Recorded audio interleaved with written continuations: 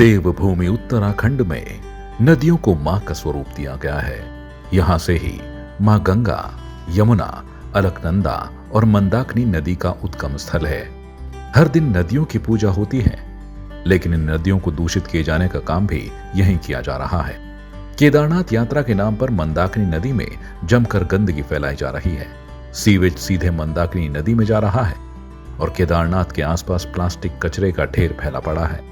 हालांकि केदारनाथ धाम समेत पैदल मार्ग और पड़ाव स्थलों में स्वच्छता अभियान तो चलाया जाता है, लेकिन ऐसे अभियानों से कितना फर्क पड़ता है ये तस्वीरें खुद ही बयां कर रही हैं। चार धाम समेत केदारनाथ धाम यात्रा को लेकर तीर्थयात्रियों में जबरदस्त उत्साह है। यही कारण है कि पिछले साल का रिकॉर्ड तोड़ते हुए लगभग 47 लाख श्रद्धालुओं ने चार धाम के दर्शन किए हैं। सबसे ज्यादा भक्त बाबा केदारनाथ के दर्शन करने के लिए पहुंच रहे हैं। यही कारण है कि क्षमता से ज्यादा लोगों के कारण केदारनाथ धाम में गंदगी ही गंदगी पटी पड़ी है। धाम में फैली गंदगी पर प्रधानमंत्री नरेंद्र मोदी ने भी चिंता जाहिर की, तो केदार नगरी में सफाई अभियान को तेजी दी गई।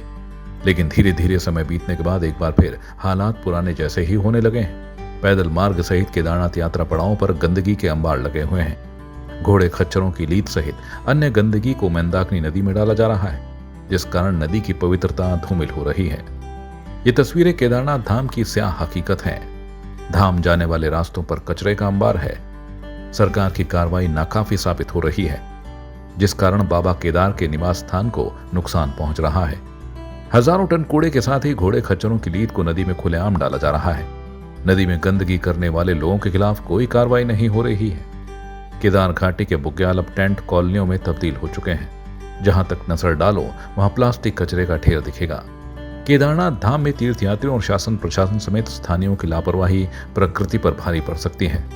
धाम में लोग प्लास्टिक का सामान ले जा रहे हैं और रास्ते में कहीं पर भी कूड़ा कचरा फेंक रहे हैं। केदारनाथ धाम में प्लास्टिक के कचरे के ढेर लगने शुरू हो गए हैं। वैज्ञानिकों ने भी इस पर चिंता जाहिर की है, लेकिन कोई समझने को तैयार नहीं।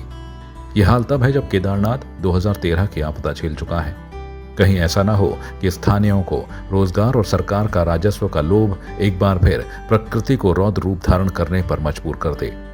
ब्यूरो रिपोर्ट, संवाद 365।